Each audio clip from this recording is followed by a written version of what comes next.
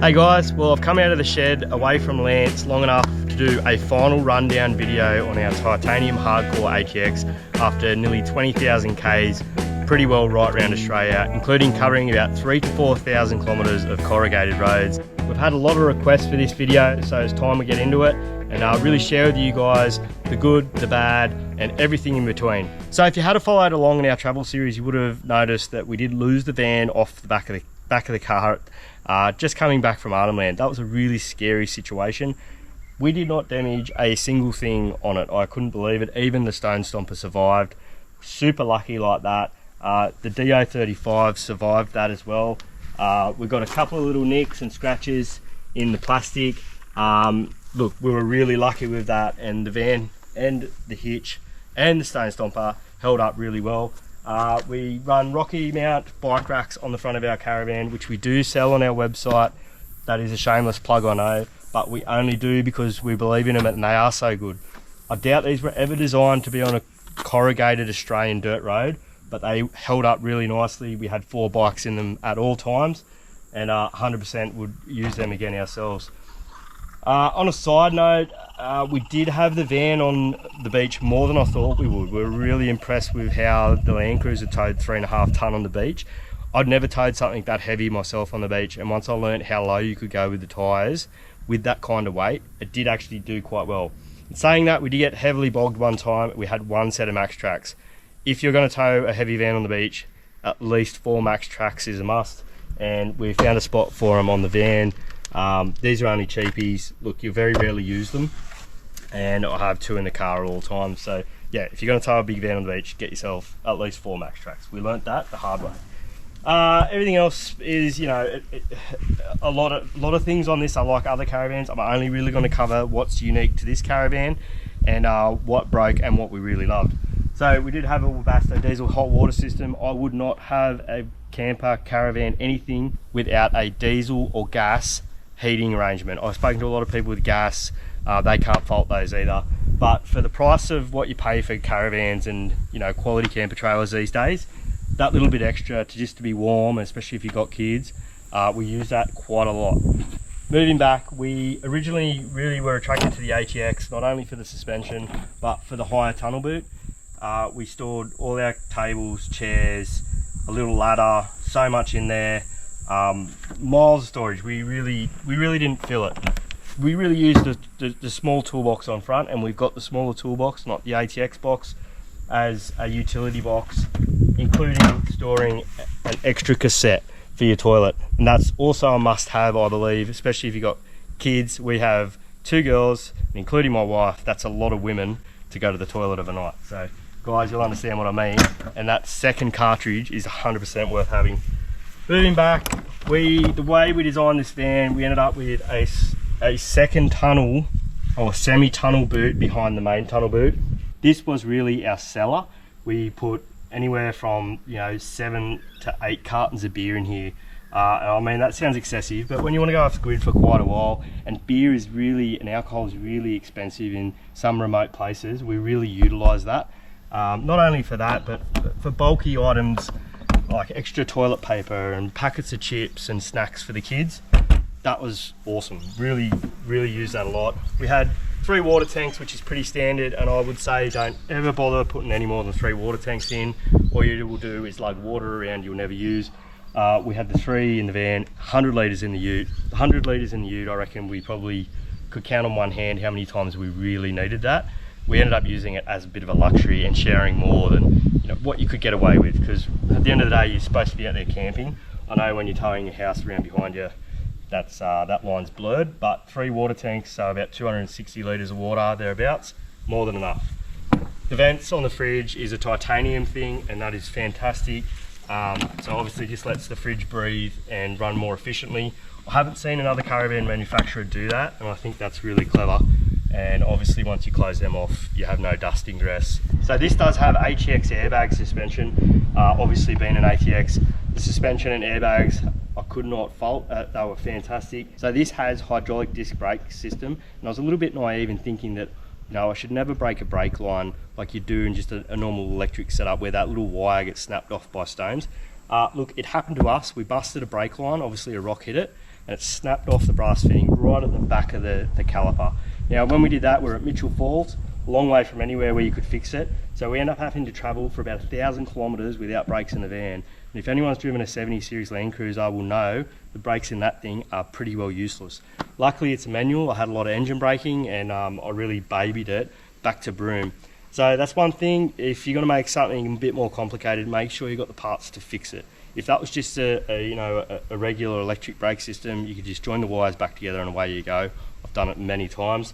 Couldn't fix that. So although they work really well, it's just that little bit more complicated, and you've really got to watch out and make sure you take the spares. So one of the other things we changed at the time of building this caravan was we switched it to Mickey Thompson tyres and a dynamic steel Sunraysia wheel. These are really cheap wheels, but Dynamic is a good brand. It's just the fact that they're a steel wheel makes them very cost effective. We put all the money into good tyres. Not only that, you hear many stories of people losing wheels on rough corrugated roads, especially with a cheaper brand alloy. Now the alloy is obviously a lot softer than steel, and if you don't have those wheel nuts to exactly the correct tension, you will eventually, they will loosen off, you will lose a wheel nut.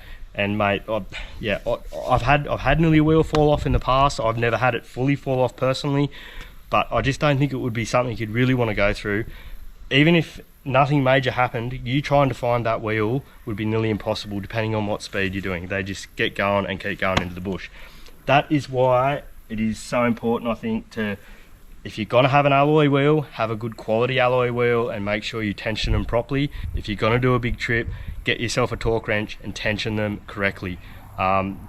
It can be so dangerous. It seems so simple and don't worry about it, just do them up. But yeah, very important. And the steel wheel goes that little bit further. You don't have to be, it doesn't have to be such an exact science. They're a little bit dumb proof, I suppose, to how you do those wheel nuts up. We never had an issue.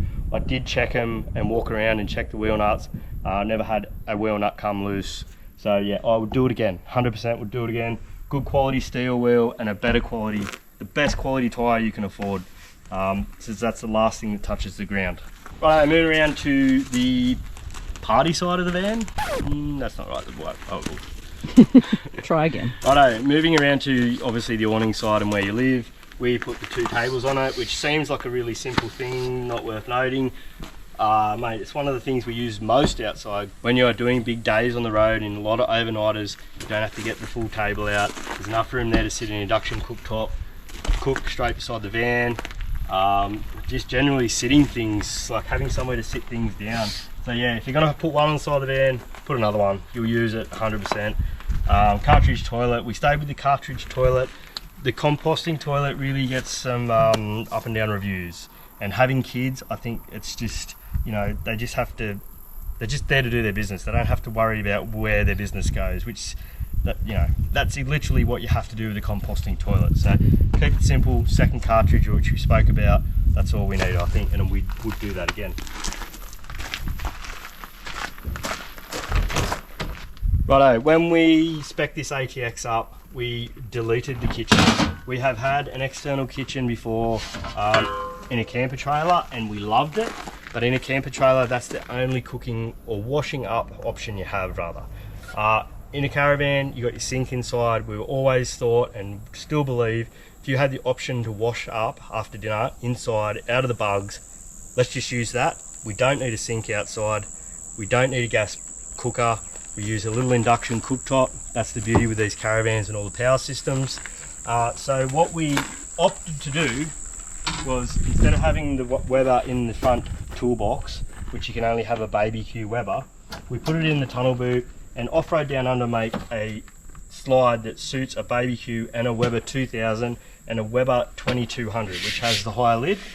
And mate, I'm gonna miss this one day if we never have it, because previously we've never had a full-on barbecue take going camping. We've had hybrid campers and camper trailers and stuff like that, and you can bake, you can cook. You don't need an oven in your van if you've got one of these. I really would not ever put an oven in the caravan if you've got this ability here. The food tastes better in it anyway. So yeah, really good product. We spent a lot of time bolting it down properly. Don't just chuck it in there and screw it down. if you're doing those kind of roads, everything you add to these things need to be as good as how it's manufactured. The other thing that we added to the van before we left on the journey was extra stone protection. This is Busy Bee brushware. Really just stumbled across that online and found it's a really good product. We moved the mud flaps back to the front of the van there, off the stone guard. We left the stone guard on because if there is ever a trip where you're a short trip and you don't want to put the stone stomper on, which we also run off these points here, you've still got that bit of extra stone protection. Plus, if you get into a situation where you're on a dirt road and it rains and gets really muddy, those stone stompers can get too heavy and drag along the ground, so you have to take them off. So I've said it in the past where you could probably get rid of the stone guard by doing the stone stomper, but now after using it, I think I would still leave the stone guard there. Plus, it was actually strong enough to mount the bike rack on, which I will say that you do have to build a bit of a frame to take the rocky mounts. Any fabrication shop should be able to handle that. I did that myself. I don't mind a little project. So yeah, it all worked really well. Righto, I'll just cover off the electrical and anything in here that went wrong, and then I'll give it to Megan and she can talk about throw rugs and cushions. You've probably heard it 1,000 times. It's very common now what we have in this van, but honestly it's all you need. I wouldn't probably go bigger. We never really look like running out of power. So we've got 400 amps of lithium, we have 850 watts of solar, a 2600 watt inverter, a standalone solar regulator for the solar panels, and then your DC-DC charger charges the batteries as well as your solar panels at the same time while you're driving along. And we opted for a full sea marine system, monitoring batteries, water, and it also has a gyro in it so you can level the van up. Yes, I would 100% use it again. When we ordered the sea marine, I read a lot of reviews that people have had trouble with it and it's been glitchy. Personally, I've never had trouble with it. It's been really good. The actual screen and the software has worked flawlessly. We did have one of the shunts, the quad shunts, actually fail on us. I got on the phone to Enerdrive. Enerdrive are the distributor for sea marine. We diagnosed it over the phone. He said, yep, seems like that's the problem. He sent me a new one. I installed it. No dramas. Like, the support was really good. That's what matters. It hasn't given us a drama since. I have spoken in great detail about the fact that we run deep cycle system batteries in this van. And obviously, if you've been following along since we ordered this van, Deep Cycle Systems are now proud sponsors of Smart Touring Systems. We approached them because we really liked how they handled themselves as a company and with their backup support. And they're the people that we want to align our brand with. So as I've spoken about previously, this caravan has Deep Cycle Systems batteries in it. Deep Cycle Systems have also supplied us a battery for Lance, the HJ47 Land Cruiser, and will supply us batteries moving forward. We really love their product. They back their product to the point where we did have an issue with these batteries in the caravan at Arnhem Land. It's in our episodes. They diagnosed it with me over the phone on a weekend. They got me going again. Yes, I was able to do a little bit of DIY stuff. And if you're able to do that and work with companies, I believe that they will work with you. And he did everything he could to get me by and get those batteries up and running for him. When we got to a town, he sent me some more parts, and all it was the BMS. The cells are fine, the batteries are fine, and they're always looking for ways to improve their products. All these things I really love about the company and are why we chase them down to be part of our brand. When we got back, he said, send me the batteries back. I'll put brand new BMSs in them and I'll send them straight back to you. He turned them around to me in 3 days, back in the van. I mean, what more can you say? And they have performed flawlessly, other than those few little niggling issues. So that covers off pretty much the full electrical system in the caravan.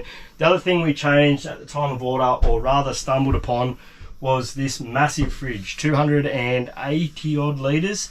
They didn't have a 224 available at the time. This was just when COVID was kicking off and everyone ordered a caravan at the same time. It was cranking. They said, we can't get the 224, we can get you a Thetford 285.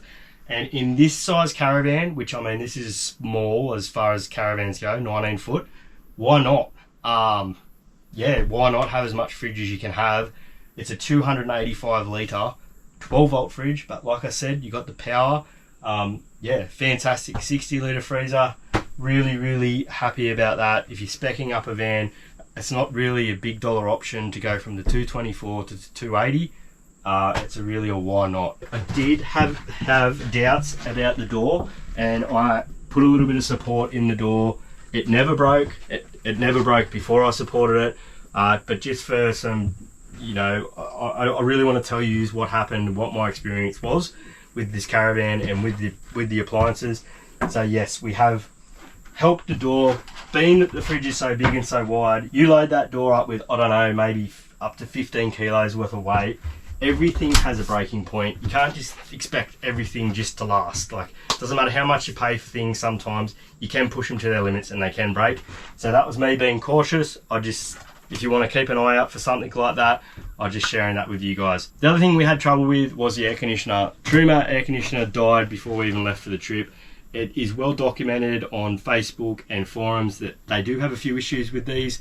Look, Truma themselves were really good to deal with. They replaced it, and it's still working to this day. So to me, that's yeah, like I said, things can go wrong. Righto, while we're still talking about the air conditioner, I will touch on a topic that gets asked a million times, not only to us, but all over Facebook and YouTube. How long can you run the aircon off grid? Obviously it depends on how much battery capacity you have, how many solar panels you have, how hot it is that day, if it's sunny or overcast. What I can comment on is our experiences, and yes, we did use it off the grid quite a bit. Not all day obviously, but Carragini comes to mind. We're doing long walks. Where you camp at Carragini in particular, you can't just walk down to a water hole. There's a couple of days there we probably should have stayed away from camp a bit longer. We got back and just went, Jesus Christ, it's hot. I got the kids in the van. They just chilled out for 2 to 3 hours while the aircon ran. The next day it was enough to fully charge back up again, and we did it 3 consecutive days, run the aircon for about 3 hours in the afternoon. I will say though, I do have a 200 amp lithium battery in my ute that I can charge the van off whilst the ute isn't running. I think that is a really worthwhile addition in your tow vehicle. Have redundancy in your tow vehicle so that if you go driving for the day, it can recharge off the alternator while your van's still back at camp. When you get back, you can top your van battery up with that car battery without having your car running and humming and annoying the piss out of everyone around you, which I'm sure everyone has either done it themselves or been sitting beside someone that is doing it. Either way, it's not a nice feeling if you think you're annoying someone or you're being annoyed. So if you were building a van and you wanted to run the aircon occasionally off grid, but you wanted to run all your 240 volt appliances just like you're at home, walk up, use your microwave, your kettle, and not think about running out of power too much, I would say 400 amps of lithium is more than enough. And we have 850 watts of solar, and it all seemed to keep up well. Don't forget, a 280 litre fridge nearly uses 15 to 20% of your battery overnight on a warm night. That is a massive fridge to run off 12 volt. But look, I think 400 is plenty. If you want to put more than 400 in, put the other 200 in your car. It worked flawlessly. I would 100% do it that way again. Don't forget that yes, lithium's light, but at some point it still adds weight. There's about 60 kilos of lithium battery under that lounge. So adding another one, you know, you're all of a sudden you're at 90 kilos of battery. They are a steel case battery. So yeah, it all adds up. Obviously the cost as well. So that's our setup. That's how we used it. I wouldn't change a thing. Doing it again was fantastic. All right, my turn. A few things that I thought was worth mentioning was the sink. So we did away with the drainer on the sink. I thought the sink was going to be way too big. I really wanted to keep it smaller and have more bench space, but we went with the big sink and no drainer, and it was perfect.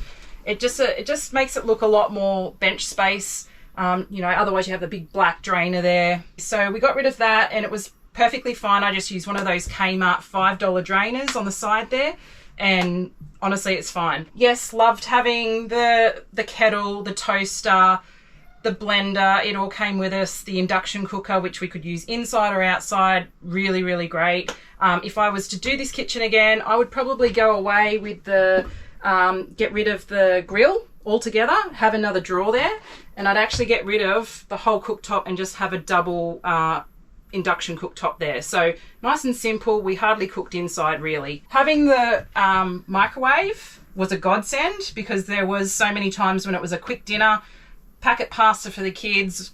I know it's shit, but you know, things like that. You can just chuck it in there, heat things up really quickly. That was really good. What else? Having the fridge. Oh my God, I'm going to miss this fridge. Amazing. Why are we going to miss it?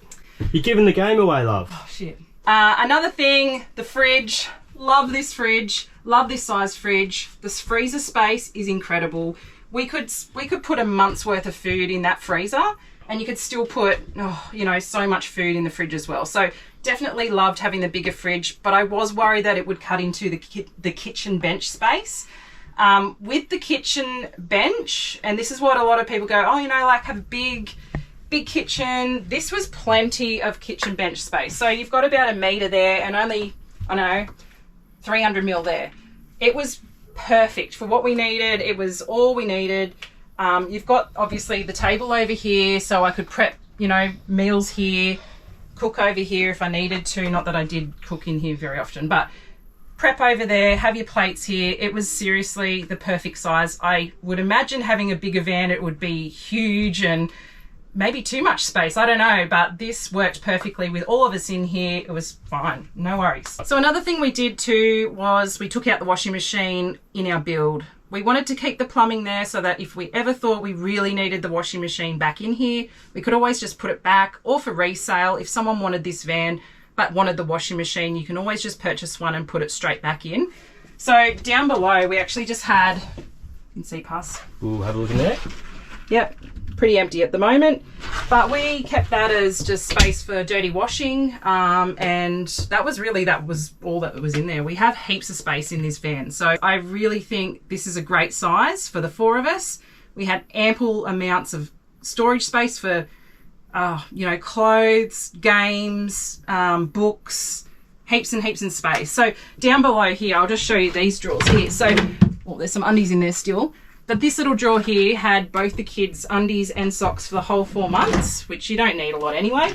And then in here, still got it all in here.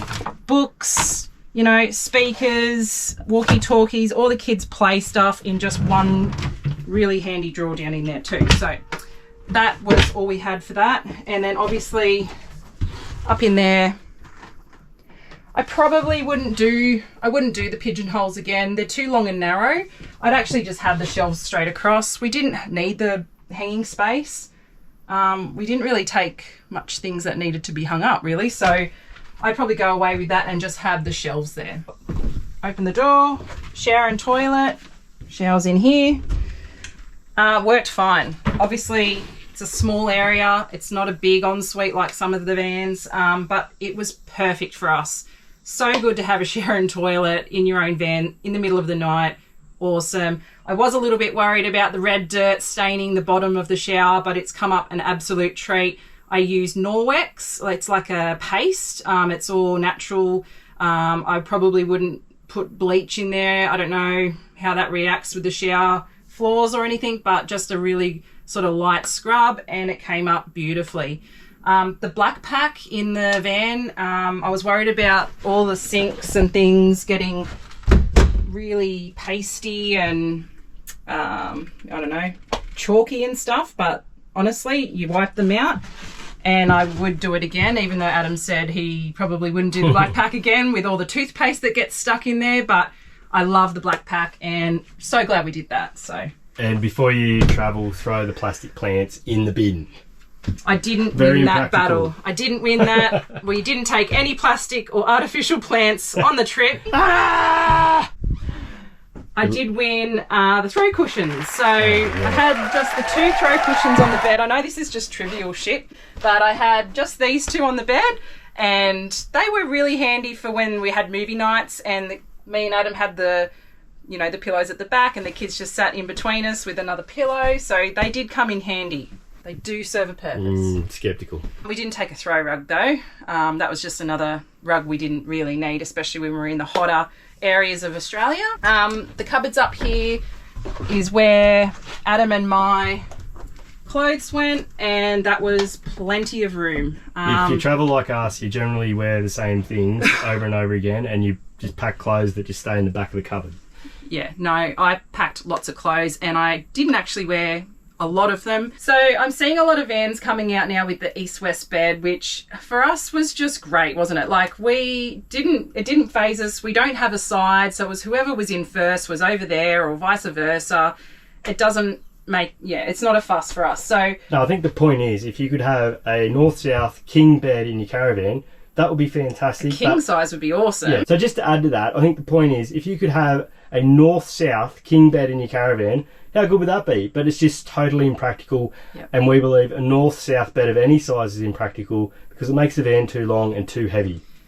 Yeah, it's just eating into extra space that you don't really need. And while we're sort of young-ish, the east-west bed is perfect. And I'm pretty tall and I can sleep without touching that cupboard over there. So my feet don't even touch it. So, it's not a drama. I'd have it again, definitely, to save the space. Obviously, if we're getting older and one day we'll have a van with no bunks in it, 100% have a north-south bed. But this bed was awesome. Being a little bit higher up as well was just nice, wasn't it? You felt like you were fully off the ground, and little kids can't jump up and get their grubby feet all over it. So when you have those kids come in, they can't actually get on top of it. So that was really good. Plus the storage underneath is just awesome. So heaps and heaps of storage, all our plates and cups and things go in there. Food.